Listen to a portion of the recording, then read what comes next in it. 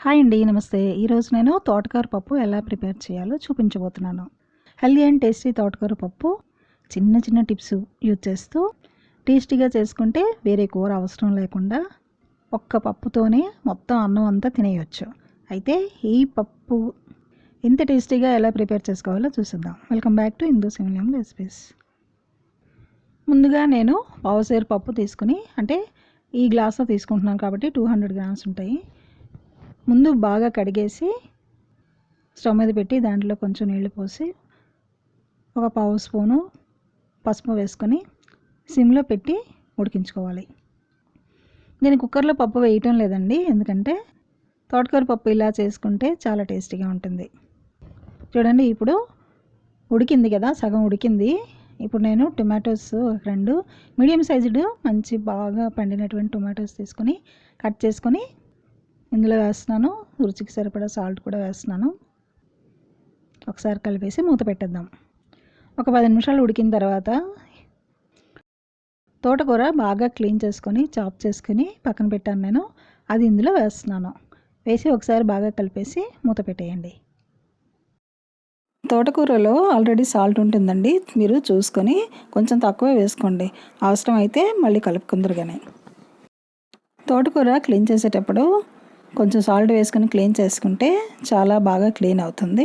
హెల్త్కి కూడా మంచిదే. ఒక్క 2-3 నిమిషాలకే ఇది మెత్తబడిపోతుందండి తోటకూర. చూడండి, ఇలా మెత్తబడింది కదా. ఒకసారి కలిపేసి ఇందులో కొంచెం వాటర్ వేసుకుందాం. బాగా చిక్కగా ఉంది కదా. అలాగే ఒక టేబుల్ స్పూను కారం వేసుకొని సాల్ట్ సరిపోయిందో లేదో చూసుకొని కావాలంటే యాడ్ చేసుకోండి. అలాగే అల్లం ముక్కలు చిన్న చిన్న ముక్కలుగా కట్ చేసుకొని కొంచెం వేసుకోవాలి. ధనియా 1 టేబుల్ స్పూన్ వేసుకోవాలి, ధనియా పౌడరు. ఇలా వేసి ఒకసారి కలిపేసిన తర్వాత ఇందులో చింతపండు అసలు వేయకూడదండి, కానీ చాలా తక్కువ వేసుకుంటే కొంచెం టేస్ట్ అనేది బాగుంటుంది. తోటకూర పులుసులో అయితే మనం ఎక్కువ చింతపండు వేస్తాం, కానీ తోటకూర పప్పులో అయితే కమ్మదనం పోతుంది ఎక్కువ వేస్తాం. ఒక్క హాఫ్ లెమన్ సైజ్డ్, అంటే చాలా తక్కువ చింతపండు నానబెట్టుకొని చిన్న గుజ్జు వేసుకోవాలి. ఈ టామరెంట్ పల్పు వేసిన తర్వాత, చింతపండు గుజ్జు వేసిన తర్వాత ఒక 2 నిమిషాలు ఉంచి దించేయాలి పప్పు. ఇప్పుడు పోపు పెట్టుకుందామండి. ఇంకో కావాల్సిన వాళ్ళు వేసుకోవచ్చు, నేనైతే వేయటం లేదు. పోపులో 1.5 టేబుల్ స్పూన్ నూనె వేసుకొని ఎండుమిర్చి, ఆవాలు, జీలకర్ర, వెల్లుల్లి రెబ్బలు, కరివేపాకు, ఉల్లిపాయ ముక్కలు. ఉల్లిపాయ ఒక పెద్దదే తీసుకోవాలి. ఈ తోటకూర పప్పుకి ఉల్లిపాయలు చాలా టేస్టీగా ఉంటాయి. కాకపోతే ఈ ఉల్లిపాయలు బాగా వేయించాలి, వేయిస్తేనే టేస్ట్ బాగుంటుంది. ఇలా కాసేపు వేయించిన తర్వాత, ఎర్రగా వేగిన తర్వాత అప్పుడు ఈ పోపు ఈ పప్పులోని కలిపేసుకోవాలి. తర్వాత ఒకసారి కలిపి స్టవ్ ఆఫ్ చేసేసుకోవాలండి. ఇప్పుడు ఒక బౌల్లో, సర్వింగ్ బౌల్లోకి తీసుకొని సర్వ్ చేసుకోవాలి. దీని మీద కరివేపాకు గార్నిషింగ్ చేసుకుంటే బాగుంటుంది.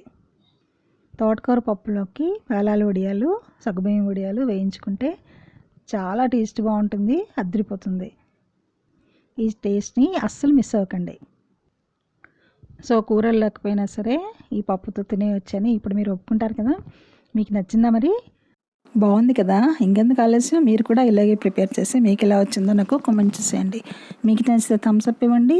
సబ్స్క్రైబ్ చేయకపోతే సబ్స్క్రైబ్ చేసుకోండి. మీ ఫ్రెండ్స్కి, రిలేటివ్స్కి షేర్ చేయండి. మరిన్ని రెసిపీస్ కోసం చూస్తూనే ఉండండి indu'sheavenlyhome recipes. Thank you friends, thank you very much.